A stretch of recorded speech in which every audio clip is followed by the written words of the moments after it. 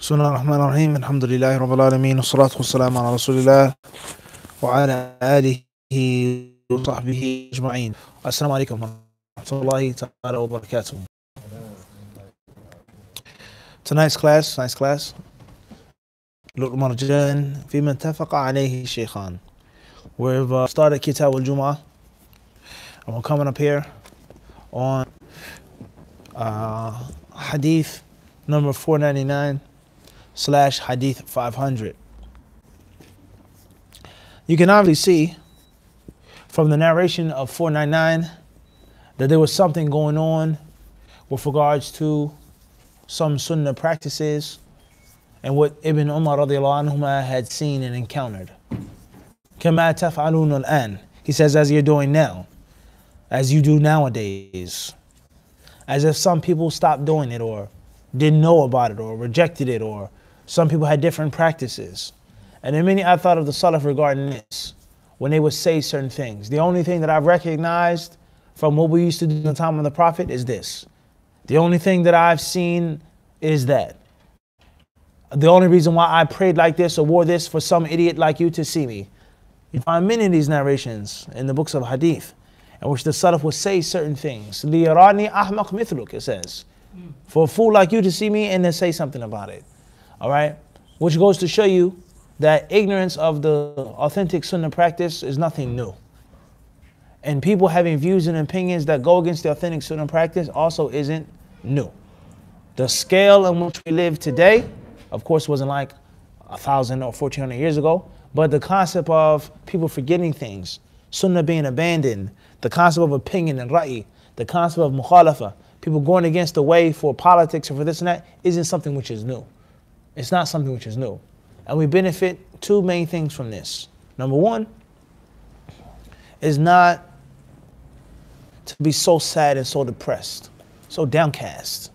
The sunnah is so strange, who want to implement it are so strange, they're so weak, they're so alienated, they're so. It was always like this. Maybe not on the scale which it is now, but it was always the concept of ghurba, strangeness. And it was always the concept of people leaving off certain things that they weren't supposed to leave off. Number two, it goes against the defeatist spirit that many people have, in which nothing is permissible, nothing can be done because the Muslims are split up, because they're not implementing this. We can't unify, we can't cooperate, we can't do anything until they agree on this and until they do that. That's not true. If that was the case, then nothing would have ever been done, because there's always been some type of mukhalafa. And there's always been some type of ignorance and always been some type of disobedience. Anas radiallahu anhu himself, he said, إِنَّكُمْ لَتَعْمَلُونَ أَعْمَالًا هِيَ أَدَقُّ فِي أَعْيُنِكُمْ. He says that you guys are doing deeds which is finer and smaller and more minute in your eyes. Min what? He says, مِنَ الشَّعْرِ, from hair. إِن كُنَّا لَنَعُدُّهَا عَلَى عَهْدِ رَسُولِ اللَّهِ صَلَّى اللَّهُ عَلَيْهِ وَسَلَّمَ مِنَ الْمُوبِقَاتِ. He says, even though in the time of the Prophet, we consider them to be destructive sins. So who is Anas radiallahu anhu talking to? Except for the best of the Muslims, the Salaf. And he told them, إِنَّكُمْ لَتَعْمَلُونَ أَعْمَالًا. You're doing deeds which you look down upon and you scorn. أَدَقُّ فِي أَعْيُنِكُمْ. You don't even look at it as a big thing. But in the time of the Messenger of Allah, not too long ago, it was a major destructive sin. So if that's what Anas is saying all those years ago, then what are we going to say now? So therefore we can't do anything. And Allah will never support us and never help us. And we can't do anything because, no. And he said that back then. So what would he say now? So many people, they have the spirit of everything is impermissible to do. There's no way we can win. There's no way we can have anything. We can do anything because of our sins. And because this bid'ah, and that's a defeatist spirit. If you take that rationale, then you might as well just stop practicing Islam, because it's only going to get worse.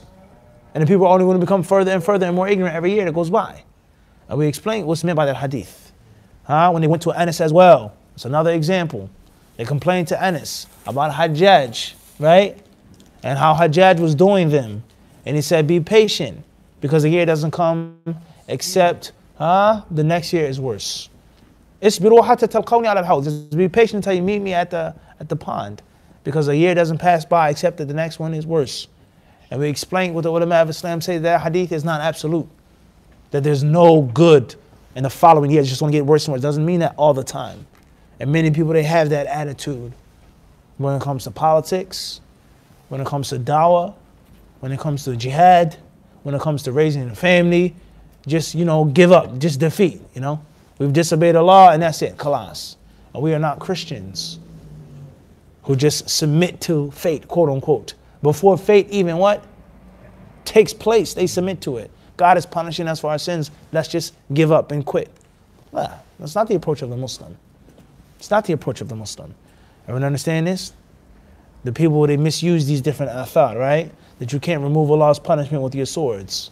So therefore, don't try anything. Just, lay down and get ran over. Nah, it's incorrect. And if you take that approach, then you won't do anything, because these statements, these athar are what? Old. The Khalifa did this. The leader did that. In the time of the Sahaba, they walked away. He made the salah before the khutbah, or the khutbah before the salah. Everyone understand this? Vice versa, switching it. Abu Sayyid al-Khudri, right? The man, he got up and he said something about it. So you have to be mindful of this. All right, we have to be what? You have to be mindful of these things. Moving forward to chapter number 11. It says, Babun fi qawlihi ta'ala, وَإِذَا رَأُوا تِجَارَةً أَوْ لَهْوًا انفَضُّوا إِلَيْهَا وَتَرَكُوكَ قَائِمًا. It says Allah's statement, and when they see some merchandise or some amusement, they disperse headlong to it and leave you standing. Hadith Jabir ibn Abdullah رضي الله عنهما قال بينما نحن نصلي مع النبي صلى الله عليه وسلم إذ أقبلت عير أو عير تحمل طعاما فالتفتوا إليها حتى ما بقي مع النبي صلى الله عليه وسلم إلا 12 رجلا فنزلت هذه الآية وإذا رأوا تجارة أو لهوا انفضوا إليها وتركوك قائما. Hadith number 500 is narrated by Jabir bin Abdullah. While we were praying with the Prophet ﷺ, some camels loaded with food arrived. The people diverted their attention towards the camels and only left 12 persons, and only 12 persons remained with the Prophet ﷺ. So this verse was revealed. And when they see some merchandise or some amusement, they disperse headlong to it and leave you standing. This chapter is tafseer of this verse from Surah Al-Jummah. It's one of the meanings and some of the extracted benefits from Surah Al-Jummah. From Surah Al-Jummah, in which Allah subhanahu wa ta'ala speaks about some people during the time of the Prophet, alayhi salatu wasalam, and this also supports what I just said. People just want an absolute perfect utopia, and that's not true. There were people who were stoned in the time of the Prophet. There were people whose backs were whipped in the time of the Prophet. There were people who stole in the time of the Prophet. Okay? There were people who did wrong in the time of the Prophet. Everyone understand this? And that didn't stop the Prophet ﷺ from doing what he had to do. Everyone understand this? There were sins that were made during the time, what? Of the Prophet. There was never a perfect utopia in which it was a sinless place. Medina, the Prophet ﷺ state, the first Islamic state wasn't what? It wasn't perfect, free from sin. All right? So many people, they have this concept that we can't do anything, nothing will work until, everything is like this and like that. It's not right. Do certain things need to be put in order? Yeah, for sure. Everyone understand this? Or those who go to the other extreme and declare a person not to be a Muslim, or a place not to be a Muslim country or an Islamic country, or it's a bad place to live because of sin and error. There's mistake everywhere. There always has been, and there always what?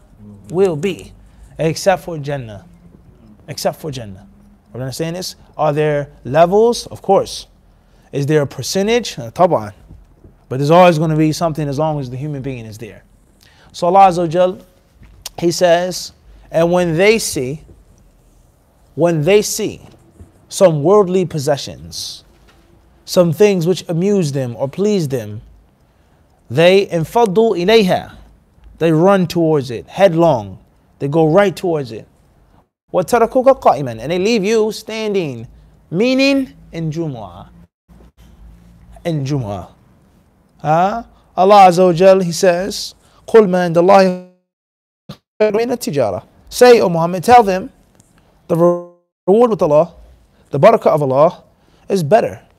It's everlasting. It's more wholesome. It's more pure than amusement, idle talk, joking, laughing, and tijara, buying and selling, making money. Wallahu khairul raziqeen. And Allah is the best of those who give provision. If you only but knew. Allah is the best. Rather, Allah is the only one who provides. But the things that take place and the things that Allah allows to happen via the hands of the servants, the term is given to them, raziqun. Like Allah says in the Quran, فَتَبَارَكَ ahsanul khaliqeen. Totally blessed is Allah, who is the best of creators. There's only one creator but Allah. Everyone understand this? Al-Muhim is that this is a tafsir of this ayah, and it has a very important issue pertaining thereto with regards to Al-Jummah. So Allah Azza wa Jal, He says, وَإِذَا رَأَوْا تِجَارَةً أَوْ لَهْوًا. And when they, meaning some of the Sahaba, some of the companions, when they see tijaratan, when they see trade, commerce, whether it's camels coming from Sham or not, al-muhim, they see worldly things, أَوْ لَهْوَ, or amusement, and فَضُّوا إِلَيْهَا, they run towards it, they rush towards it. وَتَرَكُوكَ, and they leave you alone standing up. So that is what Allah Azza wa Jalla says in Surah Al-Jummah. The hadith makes it even clearer, in which the only people that remained with the Prophet ﷺ were 12 men. 12 men remained with the Messenger of Allah alayhi salatu wasalam. So what does that mean? This verse here, and this hadith, some of the ulama say proves that 12 is the minimum for Salat al-Jummah. For a Jummah to become obligatory, there has to be 12 people, not including the Imam. So 13. Give or take a number. The Muadhin, the Imam plus 12, or just 12, or 12 plus 1. Al-Muhim, those who say that there has to be 12 men, there has to be 12 men for there to be Jummah, for it to be obligatory. And if there's only 11 men in a town or village or a college or center, then Jummah is not obligatory. Then the Jummah is not obligatory. Or those may say, or they may say that in order for the Jummah to be valid, it has to be at least what? 12 people.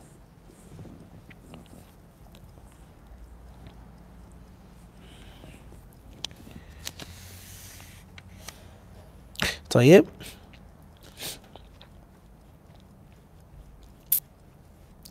Further. What about women?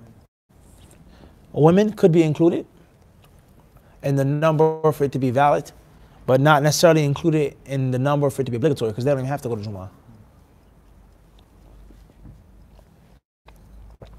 طيب. So therefore, before we get into that issue, this ayah, along with this hadith, it shows us the dispraise of worldly possessions and material gain at the expense of religious devotion. At the expense of religious devotion. The dispraise of the dunya and the things that are in the dunya at the expense of the what? Of the deen, the religious devotion.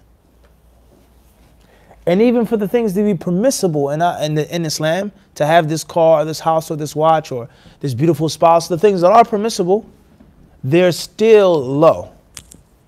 And they're still base. They're still low and they're still base. They're low and they're base. Even if they're not haram or disliked. He whose hijrah, he whose migration is towards a woman to marry her, or some worldly dunya, فَهِجْرَةُ إِلَى مَا هَاجَرَ إِلَيْهِ, then his hijrah will be to whoever he made hijrah. And it doesn't mean that it's haram to travel to get married, nor is it disliked. And it's haram to travel to make money, to hustle, to make business, to make investments. That's fine, but it isn't like that of doing it for Allah and His Messenger. No matter what you're doing, it's just not the same.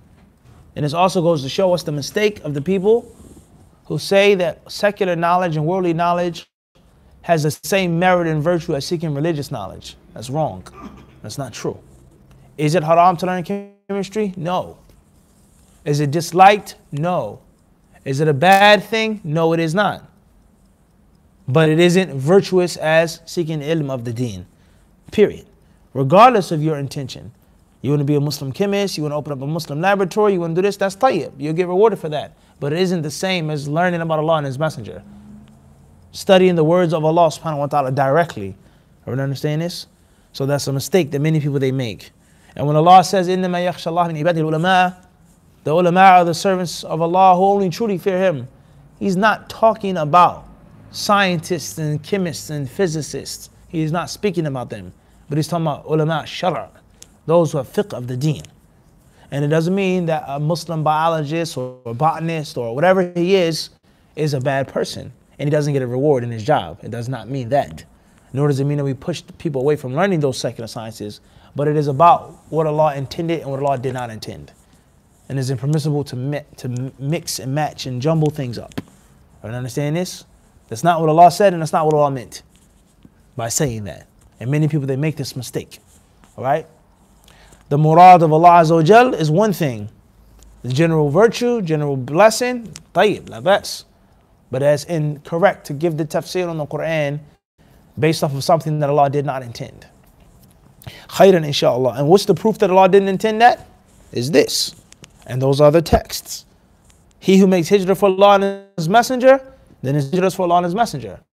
He who makes hijrah for the dunya is hijrah to whatever he made. And the ulama say from the balagha of this hadith, the eloquence of this hadith, the miraculous eloquence of this hadith is that he did not repeat it like he repeated it the first time. He who makes hijrah for Allah and His Messenger, then his hijrah is for what? Allah and His Messenger. I mean, he won't lose. He'll get the reward. He'll be blessed. And he who makes hijrah for anything else of the worldly life, for hijratuhu ila ma hajara ilay. His hijrah is towards whatever he made hijrah. And he didn't mention it again. Tahqiran li sha'nihi, to scorn it and to disdain it. That it's not a noble thing like making hijrah to Allah and His Messenger. Everyone understand this here? So that's the lesson that we learn from this story, from the ayah and from this hadith, is the dispraise of these things in light of the religious devotion. And if they aren't dispraised, if they aren't disliked, then they don't share the same nobility. Listening for the khutbah or running out to hear or to see. Everyone understand this? Khairan inshallah. Let's move forward. The technical issue we explained what that was already. An-Nawawi rahimahullah ta'ala, he says, وفي الرواية الأخرى خطأ 12 رجلا فيهم أبو بكر وعمر وفي الأخرى أنا فيه منقبة لأبي بكر وعمر وجابر. Another narration states that from among the 12 who remained was Abu Bakr and Umar. And that goes to show you a virtue of them. No, he says. A virtue is that they didn't run towards those worldly things, but they stayed with the Prophet ﷺ. And it also states that Jabir was among them as well. وفيه أن الخطبة تكون من قيام. And this also proves that the khutbah is to be done what? Standing up. Standing up. تركوك قائما. You have to be subtle, right? And you're istinbat. You understand this? He said they leave you what? Standing up. That's another proof. That's a hidden what? Tayyib, moving forward.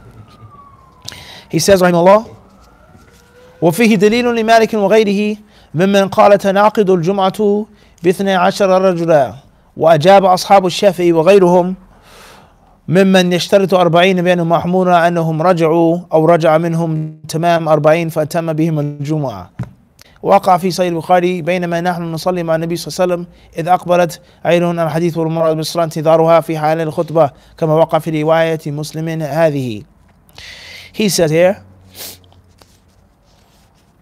this hadith, it proves, or it's a proof for Imam Malik and others besides Imam Malik who held the view that Jumu'ah is valid with only 12 people. It's a dalil for that madhab. Whether it's Malik's madhab or others, that the Jumu'ah can be done with only what? 12 men, 12 individuals. Then he says that the Shafi'i scholars, not necessarily Imam Shafi'i, but the Shafi'i ulama, they say Obviously, they say that you have to have 40 men. If you don't have 40 people, then there's no what? There's no Jummah. Huh. If there isn't 40 men, they say there's no what? There's no valid Jummah. 35, 30, 20? No. So think how that will apply to certain small masjids today. Or MSAs. Everyone understand this? Or in Florida. Allahu Alam. Taib. He says, their answer, because this hadith is clearly going against their madhab now. They counter by saying that when they left him, they were 12, and when they came back, it was 40. And the Prophet said he completed the Jummah with no less than what? 40. So, hypothetically speaking, there were 40 people with the Prophet. How many people left? 38 or 28? 28. 28. Taib?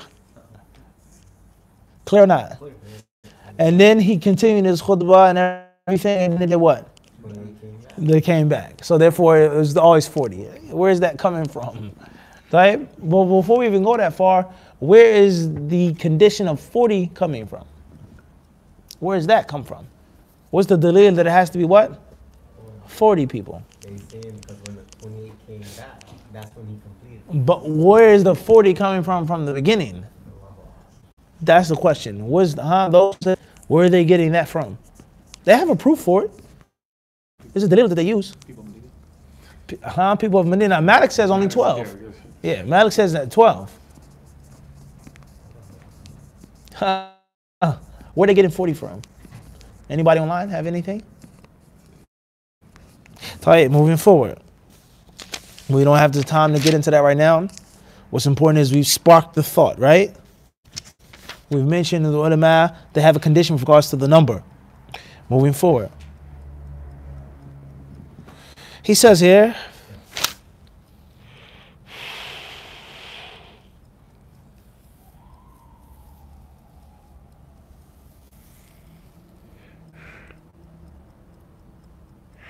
Allahu musta'an. Then he gives some benefit here with regards to how did the companions leave the Prophet sallallahu alaihi wasallam? How is that? How is that even so? Is it befitting for the companions to abandon the dhikr of Allah for some worldly possessions? Did the Prophet not teach them better than that? Who would leave the khutbah to go out to hear some amusement or to receive some goods or some articles of trade? How is that even befitting of the Sahaba? It's problematic, right? Not really. So if I came to you and you are a great leader and teacher, and you have 40 of your troops with you, and you're delivering them a speech, and I pulled up and the sun crazy, some rims. Allahu Alam. Let's translate it to the street, to the urban terms now, right? Playing something crazy, driving something crazy. And 28 of your men ran from you and come to look at to stop my rims from spinning. What would you say about them, those 28 people? Look good or not? Everyone understand the urban translation or not? Tayyib, camels came with goods on their backs. And they left the Prophet ﷺ and they infaddu. They ran towards it. Does that look good or not? Abdul Qawi. Doesn't look good for sure. Yaqeenan that there's a problem with it. There's an ishkal. What's the answer to that? Fadl. What will be the answer? Now you have to bring an answer now. Fadl. It could have been after. So if it was after, was it permissible? Or was it bad? Why would Allah censure them for something that wasn't bad? A faida after Jummah. Tayyib. Okay. Maybe the Prophet had something else to say after the Jummah and they were supposed to have sat and listened and they thought it was over and they did what? Tayyib. Okay. Fadda.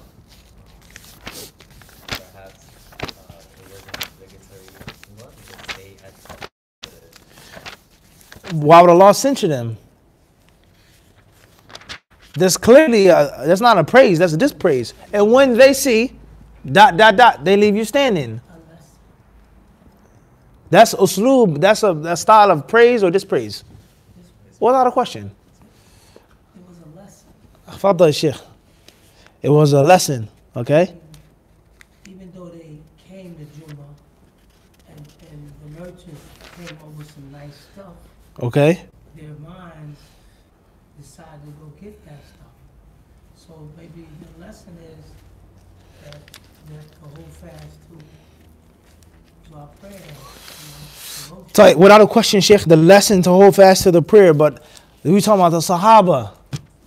The Sahabas were humans. We're humans, but going back, you have 40 people listening to you. I pull up, huh? They leave you, run, and come to see what I'm doing in my car, what I'm listening to, what I'm driving, how I'm riding. Looks good or looks bad. You said earlier that. But it definitely wouldn't be prime. Yeah. The select troops from your 40. But didn't you say that earlier? Fadda Sheikh. That people will always be a problem. Bila shak. There's always shortcoming in a human. So they shortcoming came out. But there's a Sahaba, Sheikh. But they're human. Huh. So they needed an ayat from Allah. Tayyib. They're not exempt from mistake. Allah taught them when they made the mistake. Tayyib. Clear. Well, there's no question about that. But it still looks good or bad. That's bad. Regardless. Certain mistakes people are expected to what? Make. Agreed or not? Certain caliber of people you just don't expect them what? Like, come on, man. How could you do that? But Him, but not what? طيب طيب طيب خيرا. Any other views? كلام جيد, but any other views? تفضل Khalid, anybody? تفضل.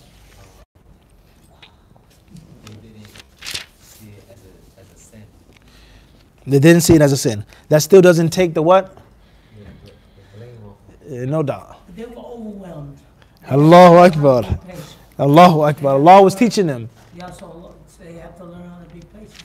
There's two hadiths. One hadith says how the Prophet grabbed his izar by the belt part, and one is saying he grabbed it by the buttocks to try to help the people go straight. So, are they خيرا. categories? طيب. طيب. Is that not in man? طيب شيخ. Insanu halu'a. الله أكبر. الله أكبر. طيب. طيب. An-Nawawi rahimahullah ta'ala, he says about this, وذكر أبو داود في مراسيله أن خطبة النبي صلى الله عليه وسلم هذه التي انفضوا عنها إنما كانت بعد صلاة الجمعة وظنوا أنه لا شيء عليهم في الانفضاض عن الخطبة وأنه قبل هذه القضية إنما كان يصلي قبل الخطبة. قال القاضي هذا أشبه بحال الصحابة والمظنون بهم أنه ما كانوا يدعون الصلاة مع النبي صلى الله عليه وسلم ولكنهم ظنوا جواز الانصراف بعد انقضاء الصلاة. وقال وقد أنكر بعض العلماء كون النبي صلى الله عليه وسلم ما خطب قط بعد صلاة الجمعة لها. He says here, there's a hadith which is collected in a book called Al-Marasil, which is a collection of mursal hadiths, mursal narrations which don't have full isnads, in which the tabi'i, someone who isn't a companion of the Prophet, or the Prophet said this, or the Prophet did that. يضيف شيئا إلى زمن النبوة. And this is a fact that which goes to show us that the word mursal has several meanings and usages in ilm al-hadith, right?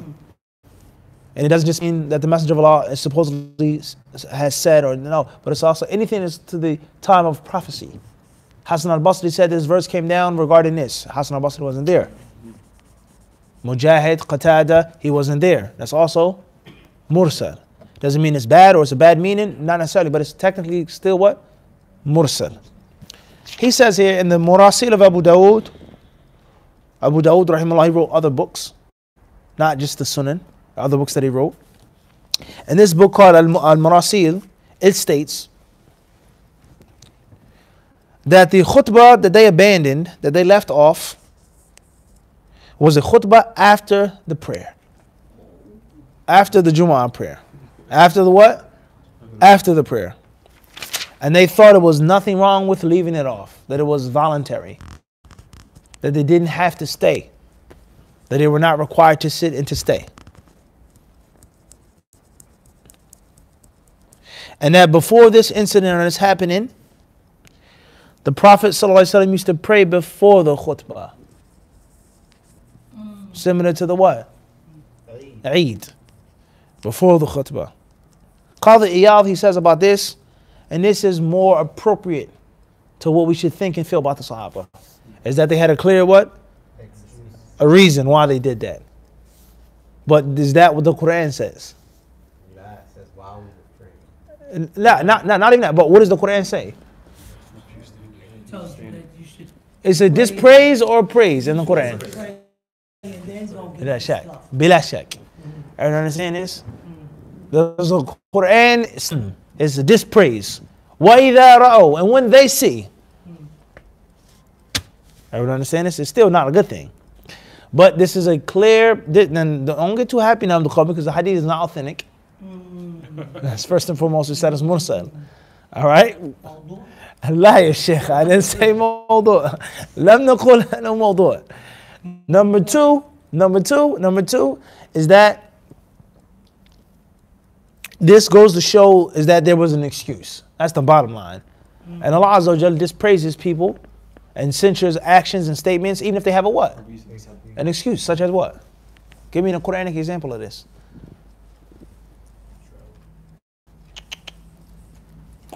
A reason.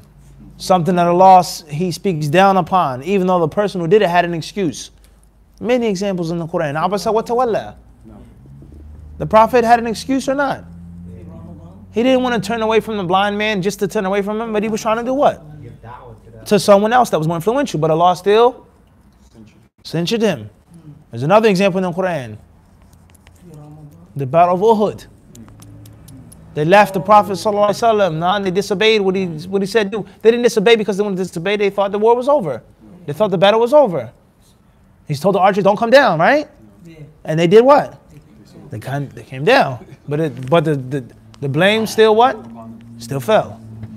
Everyone understand this? A very, I would say a strong answer, which is right in the text and no one mentioned, is that for argument's sake, the 28 people left. Where did they even get that from? Al-Muhim, the people left. The people, they did what? They left and the 12 people remained.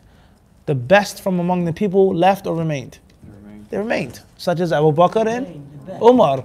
So the people who went out were overwhelmed, were not the what? Elect. They weren't the best. I didn't say they weren't Muslims, Sheikh. I said Muslimin. Allahu Alam. Only Allah knows. Yeah, Sheikh. They weren't from among the what? The best. The best. But the problem comes in, Sheikh, of those who try to make it to be a what? A perfect utopia. Everybody, every Sahabi was a Halim, was Faqih, was this, and that's not. That's when the problem comes in. Everyone understands? That's when the what? The problem comes in. But the problem isn't there when we say that the companions were humans. Allah was pleased with all of them. Yeah. They all did service to Islam, and it allows not some of them were what? Better than us. Everyone understand this? Everybody clear on this or not? As a whole. So, moving forward. Next hadith. As far as how many people are needed for Jummah, we're not going to debate that. Just like last night, we weren't trying to what? We just skimmed over that issue. What was the issue last night? What time is Jummah? We just mentioned in Bukhari and Muslim. And this goes to show you that every fiqh issue, you're not going to find a hadith to prove it from Bukhari and Muslim. We've said this before. Why Bulugh al-Maram is a better book to study than Umdat al-Ahkam. Right, moving forward. Chapter number 13. From 11 to 13 once again. باب تخفيف الصلاة والخطبة. حديث يعلى بن أمية رضي الله عنه قال سمعت النبي صلى الله عليه وسلم يقرأ على المنبر ونادوا يا مالك. Chapter 13 says,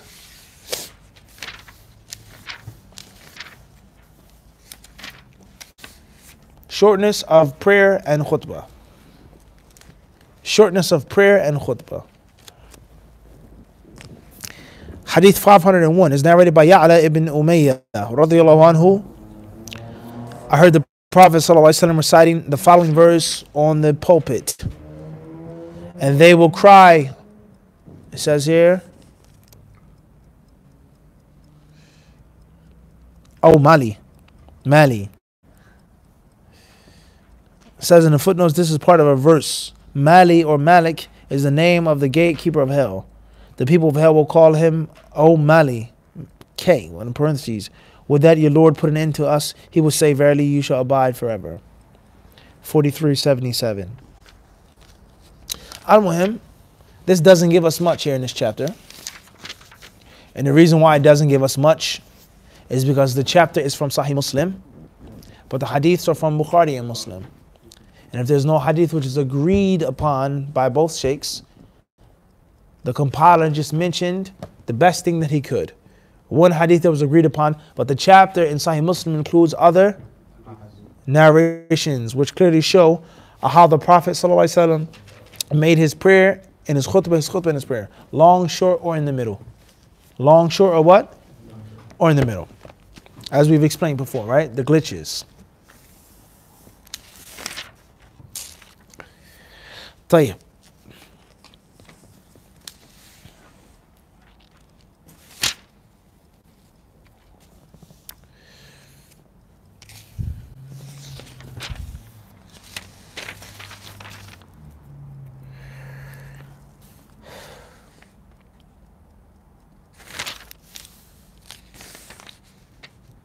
Inshallah, we'll keep moving. The issue of how long the khutbah should be, how short the prayer should be, how short the khutbah should be, how long the prayer should be. It's a long issue. But we're not studying those other books. We're only studying the information that we have with us right now in front of us. If you want to know more about that issue, you have to go to other sources. What is the sunnah with regards to the khutbah? Should it be long or should it be short? And what is long and what is short? The prayer. Should the prayer be long or should the prayer be short on Friday? Should a long surah be recited or a short surah? How should you recite the prayer, the salah? How should the positions be done? Naam? That's an issue in itself. Moving forward. Chapter 14. باب التحية والإمام يخطب. حديث جابر رضي الله عنه قال دخل رجل يوم الجمعة والنبي صلى الله عليه وسلم يخطب فقال أصليت؟ قال لا قال فصلي ركعتين. حديث جابر بن عبد الله رضي الله عنهما قال قال رسول الله صلى الله عليه وسلم وهو يخطب إذا جاء أحدكم والإمام يخطب أو قد خرج فليصلي ركعتين. Chapter 14 says about making the 2 rak'ah of prayer and the imam, or while the imam is delivering the khutbah. Hadith 502 is narrated by Jabir radiyallahu anhuma. A man entered the mosque while the Prophet ﷺ was delivering the khutbah. The Prophet ﷺ said to him, have you prayed? The man replied in the negative. The Prophet said, pray 2 rak'ah.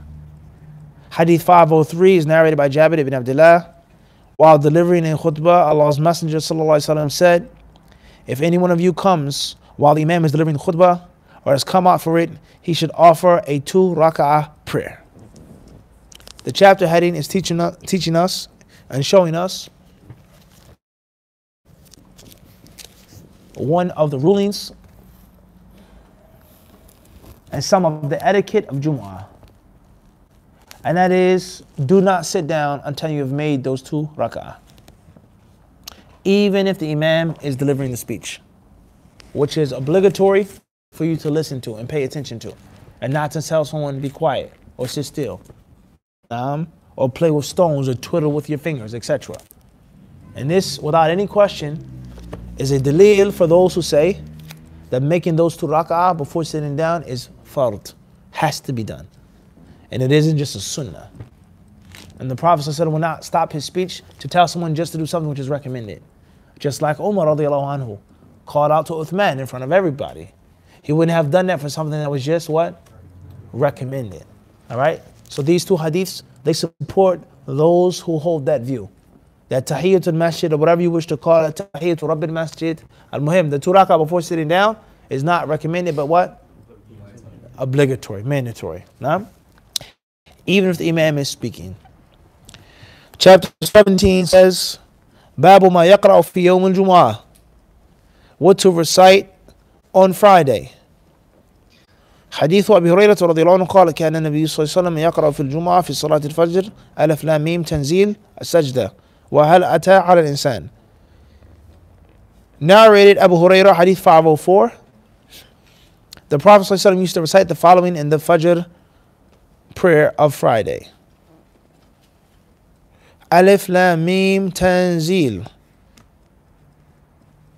السجدة and هل أتى على الإنسان Surah Al-Dahr. This shows us something that we previously said, and that is when we talk about Jumu'ah, it's not just the Salah. Things that happen on Thursday night, and also things that take place on Friday morning. And from that is the recommendation for the Imam to recite these two surahs in the Fajr prayer, which goes to show you that learning about Jumu'ah isn't just pertaining to Jumu'ah, the prayer of the khutbah, and the things that come before and some things that come after. So to be honest with you, the fiqh of Jumu'ah starts on Thursday night, the eve of Jumu'ah. And there are certain acts and practices which go all the way until Friday night or Saturday's eve, etc. As we said before. And from that is this. What is this? Some of the ulama of Islam, they say, the wisdom behind the Prophet ﷺ reciting these surahs is that they both talk about the beginning and they both talk about the end. How man was made, which was on Jumu'ah, and how man will perish from this worldly life, which is going to be on Jumu'ah or Friday. Naam. Tayyib. And it also goes to show us how certain surahs have different names and different titles. Khairan, inshallah. So this is the end of Kitab al-Jummah. Alhamdulillah, that's finished. Next is Kitab al-Salat al-Eidain, which inshallah ta'ala we'll do in our next class on wal-Marjan.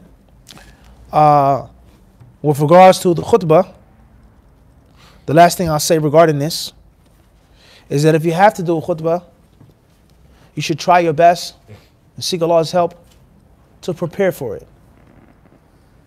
As a student of knowledge or an imam or a scholar or an Islamic guide or coach, whatever you are, you should be sharp anyway. You should always have the basics to do the khutbah. And the khutbah doesn't have to be razzle-dazzle. If you can do that, then alhamdulillah. And if you can't, you do what you can. You tell the people, you give the reminder, and that's it. You've done your job. You don't have to be a spell-binding speaker. But get caught up thinking that. I've done my job. I've reminded you with the fear of Allah, the taqwa of Allah. That's it. That's the only thing that was upon me. To quote this, to say this, to give you that, to have this fancy way. If that's there, alhamdulillah. And if not, khalas, I've fed you. Bread and water. You'll survive. That's the nutrition that you need for now. Gourmet is not a condition. A side dish, soup, salad, sweets is not a what? It's not a condition. I've given you basic what? Nutrition. Let alone more than just bread and water. Basic nutrition. Everyone understand this? So oftentimes people, they give khutbahs and the khutbahs are fancy. And they sound good, they look good, they talk good, but the basic nutrition isn't even there.